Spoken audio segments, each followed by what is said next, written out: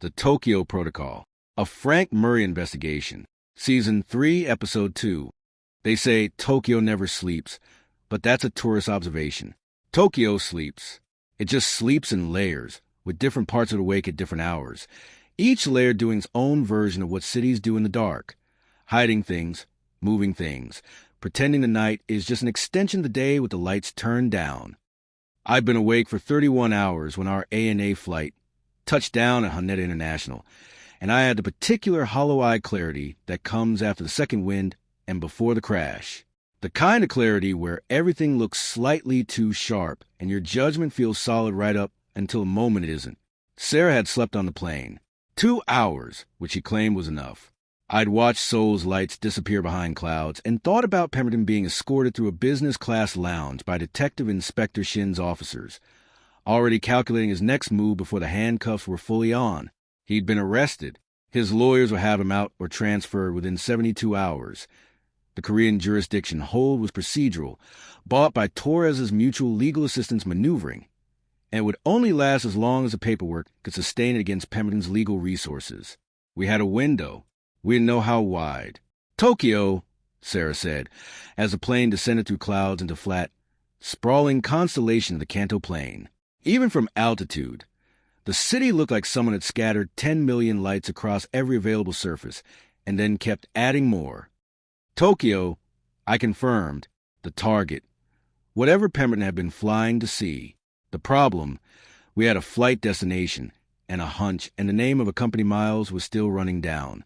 That was less than we usually started with, and more than we'd ever needed. Miles called while we were still in the immigration line, at Haneda. "You're in Tokyo," he said.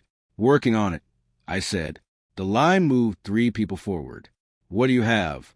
"Okay, so the Tokyo connection goes deeper than I thought when I first pulled the thread." His keyboard was going.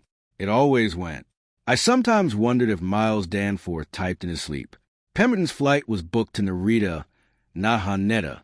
He was going to come in through the north, which is interesting because Narita is the international business hub, and Haneda is closer to the city center. He wasn't planning to stay in Tokyo. He was planning to pass through it. On his way to where? Osaka, possibly, or further south. There are Shinkansen connections from Tokyo that put you in Kyoto in 2 hours, Hiroshima in 4. A pause. But here's what stopped him from going anywhere except a Korean police car. 3 days ago, a company called Tanaka BioSciences filed an amendment with Japan's Ministry of Health, Labor, and Welfare registering a new, extended clinical research protocol. The filing is routine on its face. These things happen all the time in Japanese biotech. But the protocol description uses terminology that Miles Danforth, former NSA contractor and current person who has now read every Project Chrysalis document that exists, recognized immediately. "Same language." I said. "Same language."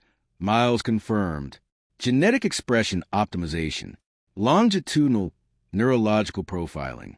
Controlled environmental stimulus reduction." He paused. "Frank, those are not standard clinical research terms.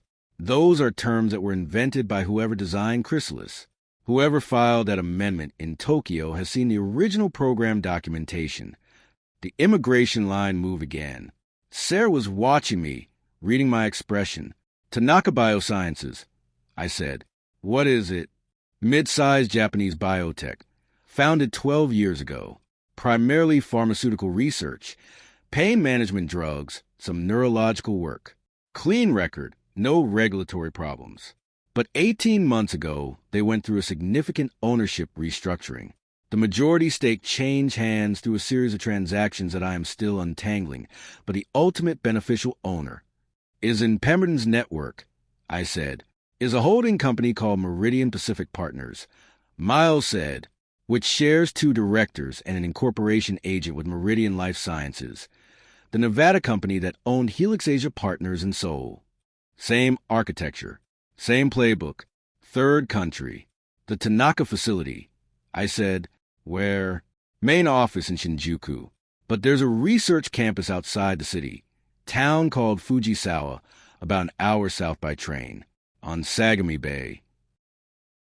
I've been trying to get satellite on it, but I'm running into the same limited resolution issue as Yongin. Someone has been systematically requesting coverage reduction on these sites. That's a capability that takes money and connections, I said. The kind of money and connections that Pemberton has. Miles said, yes. There's one more thing. The filing amendment, the one with the Chrysalis terminology. It was submitted by a Dr. Hiroshi Tanaka. The founder's family? His son, Hiroshi Tanaka, is 42, second generation, took over the company 6 years ago when his father retired. By all accounts, a legitimate scientist, published work, peer-reviewed, respected in Japanese pharmaceutical circles. Miles's keyboard slowed slightly. But he's also, based on 3 years of financial records I just finished reconstructing, personally indebted to entities that trace back to Pemberton's network to the tune of approximately $11 million. Not a true believer. A man who'd borrowed from the wrong people and found out what the interests looked like. He's trapped, Sarah said. She'd been close enough to hear. He's trapped, I agreed, which makes him dangerous and possibly useful in equal measure. I looked at the immigration officer, waving us forward. Miles, I need contact. Anyone in Japanese law enforcement, regulatory intelligence. Anyone who's looked at Tanaka BioSciences with suspicion. Working on it. Torres is making calls. Frank, be careful in Tokyo. Pemberton's network here is more established than it was in Seoul. If they know we're coming. They probably do, I said. They knew in Seoul, too. Right. Miles said, So we move faster than they can react. I said. I hung up and handed my passport to the immigration officer and smiled the bland, cooperative smile of a man who was absolutely a tourist and had no intention of disrupting any ongoing criminal enterprises operating out of a pharmaceutical research campus in Fujisawa. The officer stamped my passport and waved me through. Sarah was already waiting on the other side with both our bags. Fujisawa, I said. I heard, she said. Train or car? Train is faster and anonymous. Train, she agreed. We walked toward the Kikyu line and the blue-white fluorescence of Haneda International. I thought about Dr. Hiroshi Tanaka, 42 years old, second-generation scientist, $11 million in the wrong direction, filing paperwork for a program that was going to destroy people's lives because he didn't see any other way out. People like that were sometimes the most dangerous kind of obstacle and sometimes the most useful kind of ally. I needed to find out which one Hiroshi Tanaka was going to be. Torres reached us on the train south from Shinagawa. Korean hold is going to last 48 more hours at most, he said. The connection was clear. Something about Japanese cellular infrastructure made international calls sound like the other person was in the next room. Pemberton's attorneys have already filed 3 motions.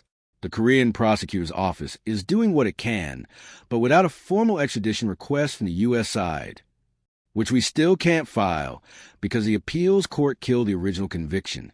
I said, the new evidence from the Yongan facility is being processed. Torres said, for survivors, their testimony, the documentation Dr. Park provided.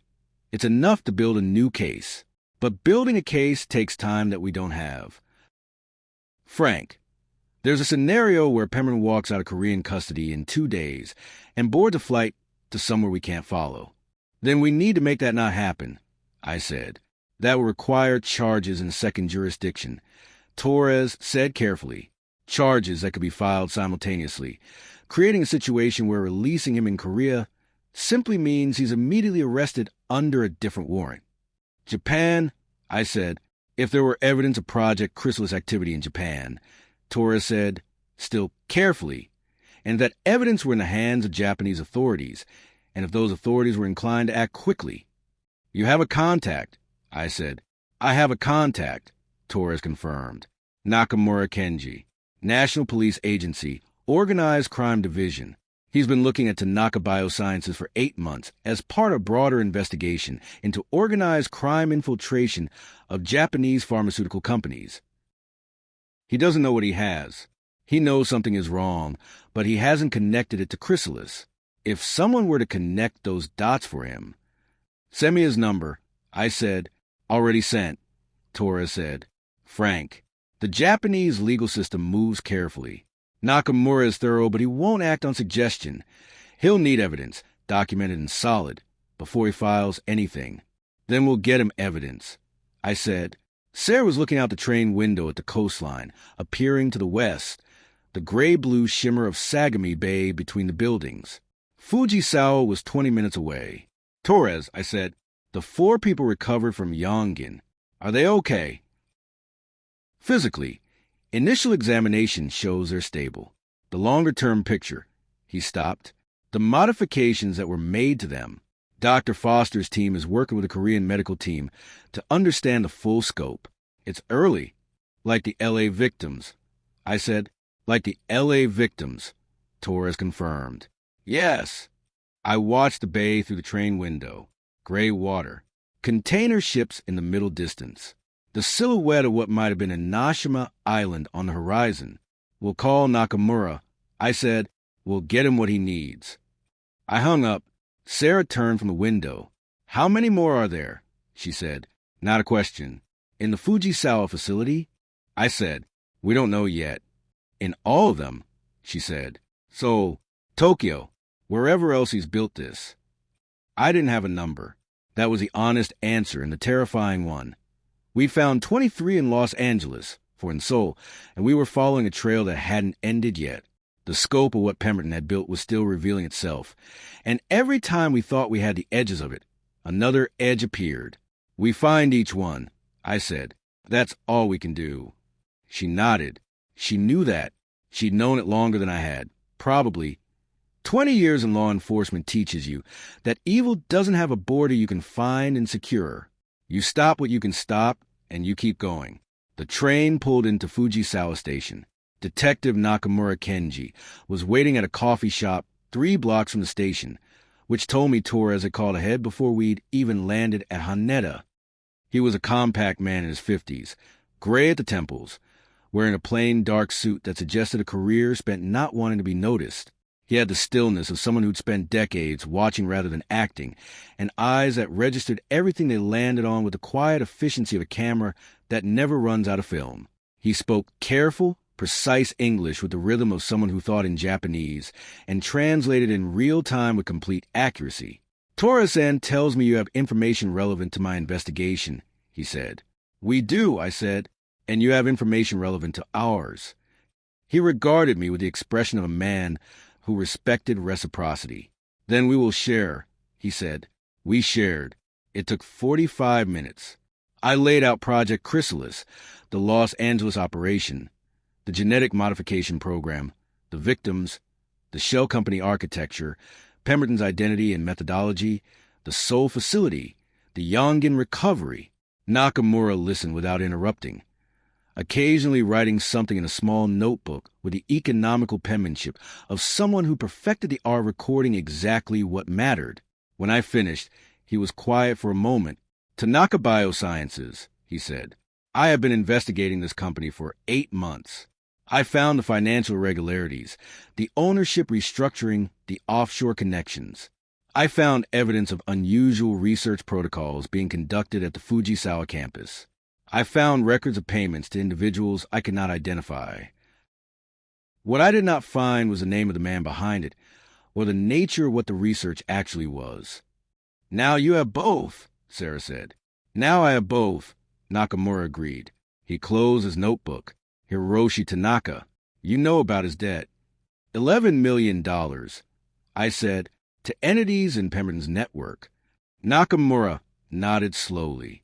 I have been considering how to approach Dr. Tanaka. He is not, I believe, a man who chose this willingly. He is a man who was positioned carefully and then told what the position meant. He looked at his coffee. This is a technique I have seen before in organized crime cases. You lend a man money when he needs it. You wait. Then you explain what the interest looks like. He's been trapped for how long? Sarah asked. The debt was incurred 14 months ago, Nakamura said. The research protocol amendments were filed 3 months ago. So he had approximately 11 months of knowing what was coming before it arrived. He looked up. I believe he is frightened. I believe he has been waiting for someone to give him a way out that doesn't destroy everything his father built. We might be that way out, I said. Perhaps, Nakamura said. But Dr. Tanaka will not respond to a private investigator appearing at his door. He will respond to the National Police Agency, acting under authority, offering him a formal cooperation framework, which I am now positioned to offer, given what you provided. You'll move today? I said. I will move within the hour, Nakamura said. But, Mr. Murray, the Fujisawa facility, I need to know what is in it before I can authorize entry. An anonymous tip, even from a credible source, is not sufficient predicate under Japanese law for forced entry into a medical research campus. Dr. Tanaka, Sarah said, if he cooperates, he can consent to a voluntary inspection, Nakamura said, which changes the legal situation entirely. He picked up his coffee for the first time. I will contact him directly. I would ask that you remain available but not visible. Dr. Tanaka will be more forthcoming if he believes he is speaking with authorities, not with American private investigators. Understood, I said. Where will you be? He asked. I looked at Sarah. Close, she said. We found a park near Fujisawa's waterfront and sat on a bench in the March cold and waited. The bay was visible between buildings, gray water, white caps, the particular flat light of a coastal morning that hadn't decided yet whether it was going to clear or worsen. Fishing boats in the middle distance. A cargo ship moving slowly south toward the Pacific. Sarah had gotten coffee from a vending machine, which was hot and better than it had any right to be. I had a disposable cup of something that claimed to be tea and delivered adequately on that claim. When this is over, she said. When this is over, I agreed. We should go somewhere that isn't connected to a case, she said. Somewhere we've never chased anyone. Somewhere with no shell companies and no research facilities and no Richard Pemberton. Name the place, I said. She thought for a moment. Portugal, she said. Lisbon. We eat pasties to nada and walk up hills, and no one shoots at us. Portugal, I said. After this. You said that after the inheritance trap. After this, I said more firmly. She almost smiled. The bay glittered. A seagull landed 3 feet from my bench and regarded my teacup with professional interest. My phone rang. Nakamura, Dr. Tanaka has agreed to meet, he said. He was relieved is the word I would use.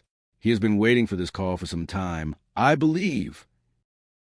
He has confirmed that the Fujisawa facility contains an active research program that he was coerced into hosting. He estimates 17 subjects currently enrolled. 17. He's cooperating fully? I said. Fully, Nakamura said. He provided access code, staff list, and documentation within 20 minutes of our initial conversation. He also provided something else. He has records, personal records he has been keeping for 11 months. Everything about the operation, every communication with Pemberton's people, every protocol document, every financial transaction. He kept them as his word, insurance. He was protecting himself, Sarah said. She was close enough to hear. He was protecting himself, Nakamura confirmed. But the effect is that he has given us the most comprehensive documentation of a Project Chrysalis facility that exists, more complete than what was recovered in Los Angeles or Seoul. Another pause. Mr. Murray, this documentation includes communications that directly reference Pemberton by name, multiple times. Communications where Pemberton personally directed the research protocols. I stood up from the bench. The seagull startled and flew away. That's the extradition basis, I said. That is considerably more than the extradition basis, Nakamura said, with the measured satisfaction of a man who had spent 8 months building a case and had just watched it complete itself in a single morning. That is potentially the basis for charges in Japan, Korea, and the United States simultaneously, which creates a legal situation from which even Pemberton's attorneys will struggle to extract him cleanly. When do you move on the facility? I asked. My team is already in position, Nakamura said. I am waiting for Dr. Tanaka to formally consent and accompany us as a responsible party. He has agreed. We move in 40 minutes. I would ask again that you remain. Not visible, I said. We know. Thank you, Murray-san, he said. Torres-san chose well. He hung up. I looked at Sarah. 17, she said. 17, I said. And Pemberton gets held in Korea while Japan files charges, she said.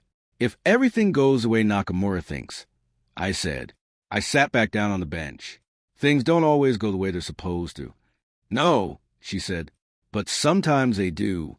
She handed me her coffee because mine had gone cold, which was the kind of thing Sarah did without making production of it, and we sat on the bench in the gray coastal morning and watched the bay and waited. The operation at the Fujisawa campus took 4 hours. Nakamura's team entered at 11:17 a.m. with Dr. Tanaka present, moving through a facility that Tanaka knew intimately from the outside, and apparently not at all from its lower levels. He'd been told the protocols were being conducted in dedicated research suites that he didn't have clearance to enter in his own building. That detail, more than almost anything else, told me how thoroughly Pemberton's people had taken control of something that belonged to another man. The research suites were on the second basement level.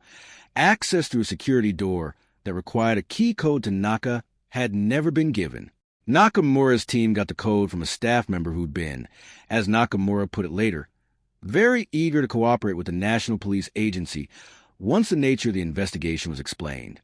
17 people, as Dr. Tanaka had said, all Japanese nationals, ranging from their mid-20s to their late 30s, all enrolled, according to the documentation, in a voluntary neurological optimization study with substantial financial compensation, the same architecture consent that had never been genuine, the same formula Chrysalis had used everywhere it operated, all removed from the facility, all taken to a medical center in Yokohama with the full cooperation of Dr. Tanaka, who spent the entire afternoon, according to a report Nakamura sent me that evening, crying in a way that suggested 11 months of compressed guilt finding its first exit.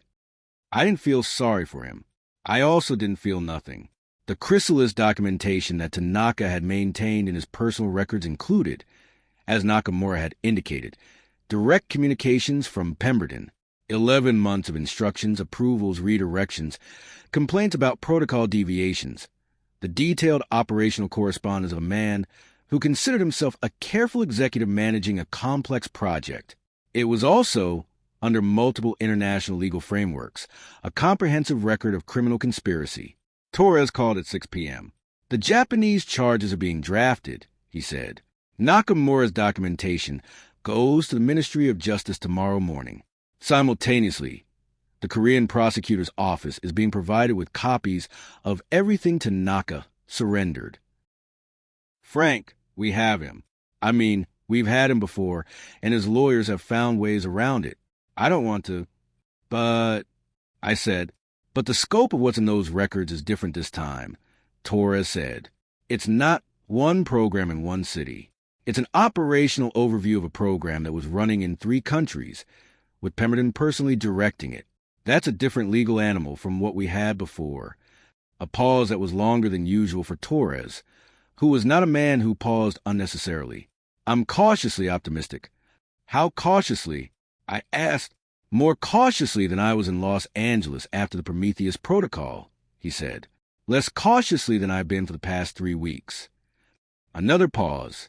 There's still the question of other facilities. The Tanaka records reference Seoul and Tokyo explicitly, and they reference a phase for expansion in Southeast Asia. No specific location given. Southeast Asia, I said. The records are 11 months old at most, Torres said. Phase for may not be operational yet. Or it may be and we haven't found it. He paused. Shin is working it from Seoul. Miles is working it from Culver City. We'll find it. We'll find it. I agreed. Sarah was watching me from across our hotel room in Fujisawa. We'd checked in that morning with the optimism of people who expected to be in Tokyo briefly, and then found themselves moving to a coastal city instead, which was the kind of thing that happened in this job with a frequency that had stopped surprising me. She had a glass of water and an expression that asked the question before I could answer it. Southeast Asia, I said to her after I'd hung up. Somewhere. Phase 4. She absorbed this with a steady calm she brought to information that was both necessary and difficult. But not tonight, she said. Not tonight, I said. Tonight, Nakamura has 17 people in a Yokohama medical center. Tonight, Pemberton is still in a Korean holding facility while his lawyers file motions. Tonight, Miles is... Tonight we sleep, Sarah said firmly. Both of us. More than 3 hours. I looked at the window. Fujisawa was quieter than Tokyo, a coastal city with particular evening quality of places that have made their peace with the ocean being right there, vast and patient, and indifferent to whatever humans were doing near its edges. Portugal, I said. After this, she said. After this. I agreed. I slept 7 hours. I don't remember dreaming. The morning brought 2 things. The first was a message from Nakamura. The Japanese Ministry of Justice had expedited review of the charges based on the Tanaka documentation. A provisional arrest warrant for Richard Pemberton was expected within 24 hours, combined with the Korean hold and the evidence from Yongin. The prosecutorial picture was, in Nakamura's careful phrasing, substantially more robust than the previous American proceedings. The second was a message from Miles. It was 4 words. Found Phase 4. Singapore. I called him immediately. Tell me, I said. Okay, so the Tanaka records reference a regional coordination hub in Southeast Asia. Miles said, already at full speed, which meant he'd been up all night. The language is careful. Whoever wrote the operational communications was aware they might be read someday. But there's a reference to a maritime research platform with regional access advantages. I spent 6 hours figuring out what that meant. Maritime research platform, I said. Right. So I'm thinking boat maybe? Research vessel? And I start pulling marine registry databases for vessels associated with any of the holding companies in Pemberton's network. A pause for what I imagined was a triumphant sip of energy drink. There's a vessel registered under a Singaporean shell company called Pacific Longevity Solutions, a 140-foot research yacht, the kind of thing that looks like a wealthy person's toy boat, but is actually equipped as a serious research platform. Medical-grade labs below deck, climate-controlled spaces, full communications suite. A ship, I said, a ship that can be in international waters when you want it to be, and in port when you want it to look legitimate. Miles said, and that can move, which is a thing about a ship that makes it different from a facility in Seoul or a campus in Fujisawa. If someone comes for it, it leaves. Where is it now? I said, Marina Bay, Singapore. Miles said, has been for 11 days, which means it arrived shortly after the Prometheus protocol operation, shortly after Pemberton went aground. Frank, I think it's been in Singapore waiting for him. I think Phase 4 was supposed to be his next stop after Tokyo. And now he can't get there, I said. And now he can't get there, Miles confirmed.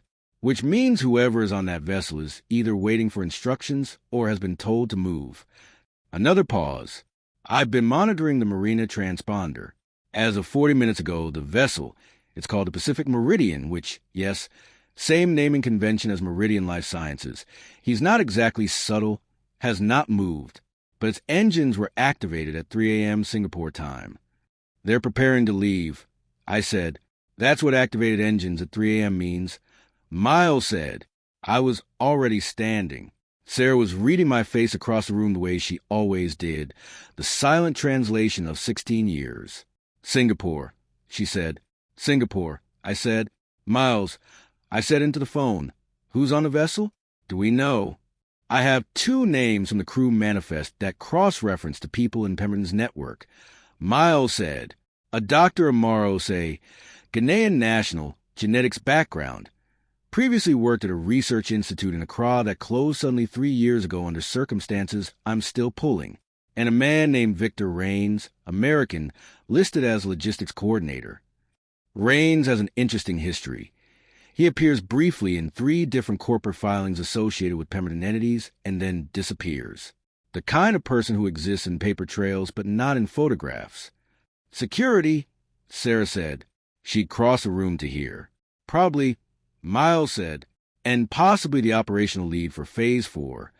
If the vessel leaves before we can, I started, then it goes to international waters and we lose it. Miles said, maritime law in international waters is a complete nightmare from a jurisdictional standpoint. Even with everything we're building in Japan and Korea, a vessel outside any nation's territorial waters is effectively untouchable, I said. For a while, Miles said, until it has to dock somewhere, which we'd have to anticipate and coordinate in advance, I said. Yes, Miles said. Frank, how long do we have? I said, before the Pacific Meridian leaves? Based on the engine activation pattern and standard departure prep, best estimate 12 to 16 hours. It's currently 7 a.m. in Singapore. They could move by early afternoon local time. Singapore, 4.5 hours by air from Tokyo. I looked at Sarah. She was already calculating. There's a Singapore Airlines flight from Haneda at 9:15, she said, checking her phone with the rapidity of someone who'd been half expecting this. Gets in at 1:30 p.m. Singapore time. That gives us 2 hours before the outer edge of Miles's window, I said. That gives us 2 hours and a vessel we can't legally board, she said, with the precision of someone who always included the obstacle with the plan.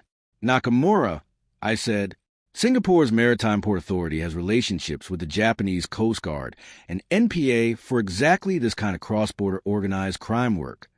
I was thinking out loud, running the chain.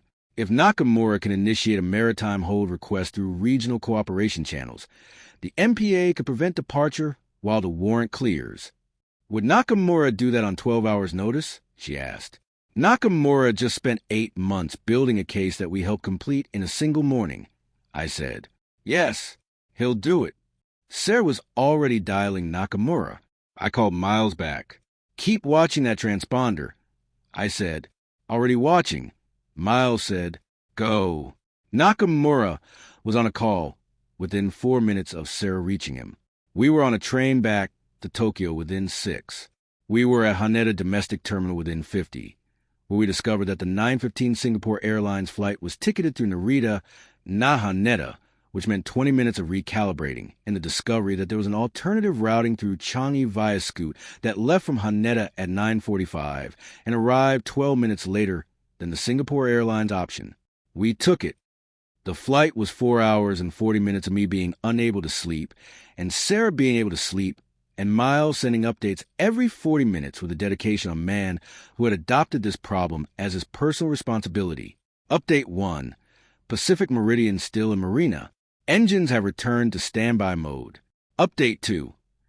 Nakamura's request to Singapore MPA has been transmitted through NPA regional cooperation channels. MPA acknowledgement pending. Update 3. Victor Rains has been identified in surveillance footage from the vessel's Marina berth. He is accompanied by a woman, matching Dr. Amara Osei's description. Both are on board. Update 4. Singapore MPA has acknowledged Nakamura's request. A maritime hold, pending review of supporting documentation, has been placed on the Pacific Meridian's departure. The vessel is currently unable to leave the marina. I read Update 4 at 30,000 feet somewhere over the South China Sea and felt the particular tight satisfaction of a sequence going right when it had been built to go wrong at every step. Update 5 arrived 20 minutes before landing.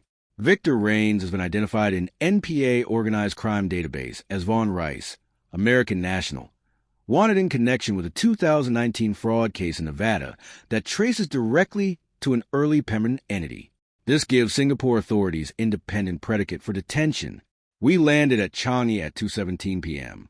The Pacific Meridian was still in Marina Bay.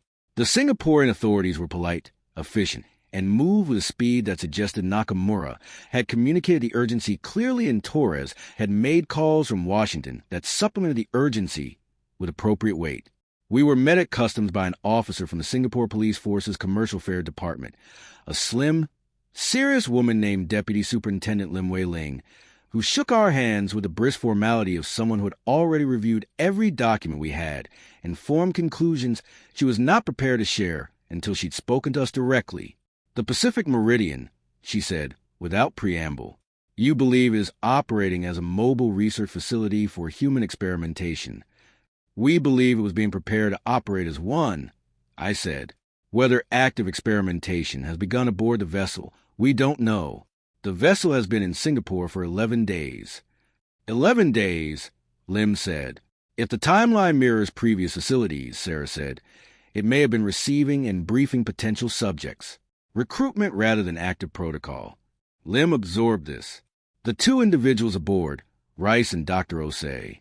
You believe Rice is security and operational management. What about Osei? Dr. Amara Osei's background is in genetic modification research, Sarah said. Her previous employer dissolved under circumstances consistent with the end of a Project Chrysalis satellite operation. We believe she was brought in to establish and run the research protocol aboard the vessel. She may also be coerced, I said. The pattern we've seen, Hiroshi Tanaka in Tokyo, Dr. Park in Seoul, suggests Pemberton's people use leverage as often as true believers. Lim considered this with the careful thoroughness of a deputy superintendent who had built a career on not drawing conclusions ahead of evidence. We will board the vessel, she said. Under maritime law on hold initiated by the Japanese National Police Agency, we have clear authority. We will speak with both individuals. She paused. If what you have described proves accurate. It will, I said. She looked at me with the measured skepticism of a professional who did not take certainty on faith. Then she looked at the documentation Torres and Nakamura had transmitted, which was sitting on the table between us. It appears likely to, she amended. You will remain here while we conduct the boarding. We will share findings as appropriate. Here was a conference room at the Commercial Affairs Department building in the Central Business District, not on the Marina, not visible to anyone aboard the Pacific Meridian. Understood, I said. She left. Sarah and I sat in the conference room. Someone brought water. The air conditioning hummed at the particular temperature of official Singaporean buildings, which was approximately 15 degrees colder than the tropical air outside. I thought about the 17 people in a Yokohama medical center, the 4 people in a Seoul hospital, the 23 in Los Angeles, living with neurological consequences that would never fully resolve. I thought about the people who might be scheduled to board the Pacific Meridian in the next 48 hours if Pemberton's operation had reached the recruitment stage. I thought about Richard Pemberton in a Korean holding cell, his lawyers filing motions, the window closing. 40 minutes passed. Deputy Superintendent Lim returned. 3 things, she said, sitting down. Tell me, I said. First, the Pacific Meridian's lower research deck contains laboratory equipment consistent with genetic modification research. Equipment that does not appear in the vessel's registered specifications, and which was clearly installed after initial construction. She paused. Second, Dr. Amara Osei agreed to speak with us immediately and has been cooperating fully for the past 30 minutes. She was recruited under false pretenses, told the vessel was conducting legitimate longevity research, and became aware approximately 3 weeks ago that the research she was being asked to conduct was not what she had consented to. She has been, in her words, unable to leave. Another pause. Third, Victor Rains or Von Rice refused to speak with us and is currently in our custody pending formal charges on the fraud warrant and the Maritime hold. We are also charging him under Singapore's Medical Registration Act in connection with the unauthorized research equipment. Subjects, I said. Were there any? No subjects aboard, Lim said. Based on Dr. Osei's account, the vessel was in a preparation phase. Recruitment had begun in Singapore, but no one had been brought to the vessel yet. She paused. We were in time. In time. 2 words that I'd heard too rarely in this case, and never without qualification. Dr. Osei, Sarah said. She'll cooperate fully with a broader investigation. She has already provided a written statement. Lim said. She has also provided something more significant. Communications from Pemberton's network, transmitted to the vessel over the past 3 weeks, regarding the Phase 4 operational plan. The communications include a direct message from Pemberton himself, sent 4 days ago, providing final authorization for the research protocol. She looked at us. His personal digital signature is on the authorization. Torres was going to use that word again. Optimistic. I was going to let him. Deputy Superintendent Lim. I said, thank you.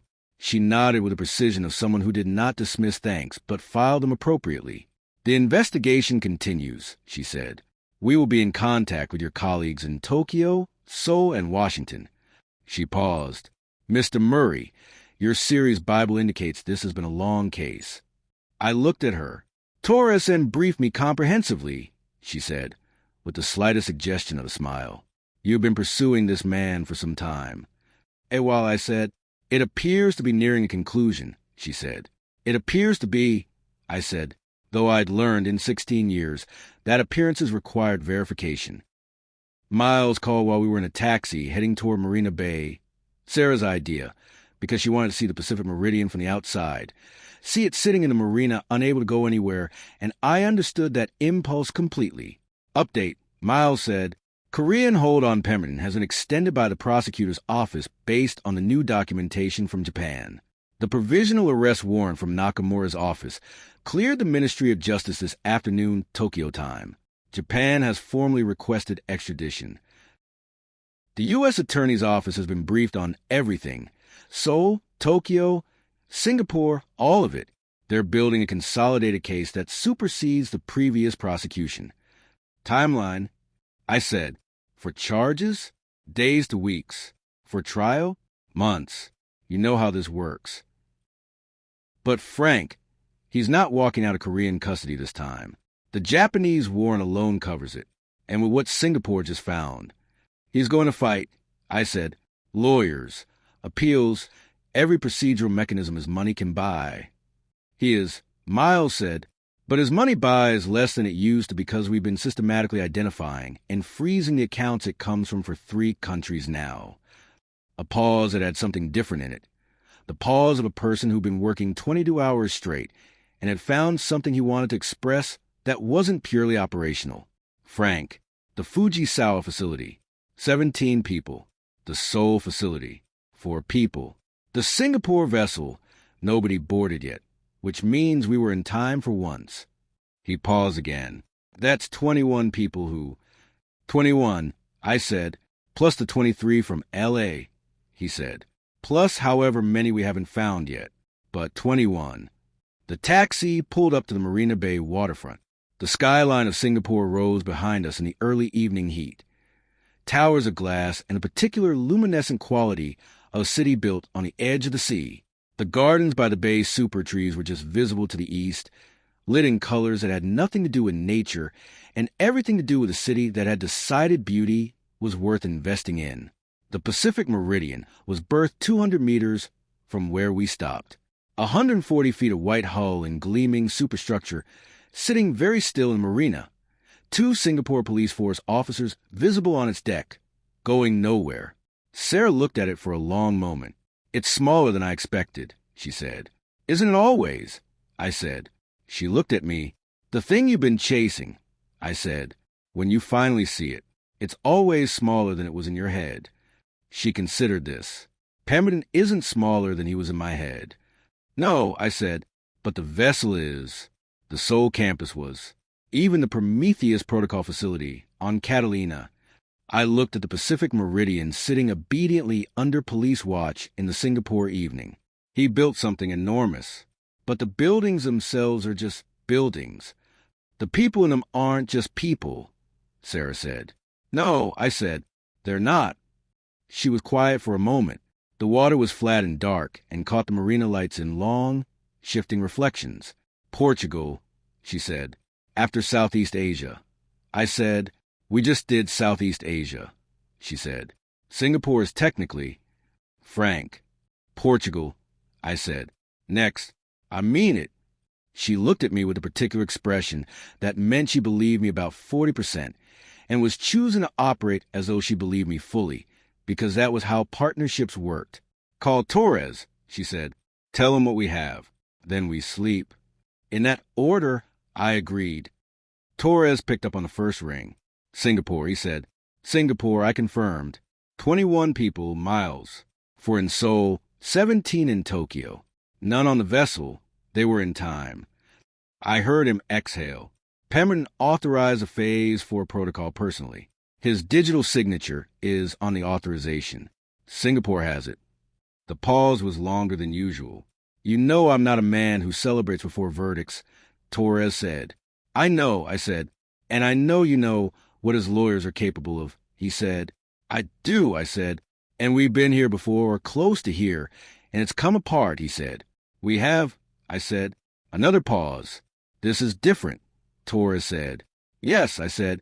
It is 3 countries. Independent documentation. Survivors in 3 jurisdictions. His personal signature on criminal directives. It's different. Yes, I said. He was quiet for another moment. I let him have it. Good work, Frank, he said. You and Sarah. I looked at Sarah, who was still watching the Pacific Meridian from the waterfront, silhouetted against the Singapore skyline in the warm evening air.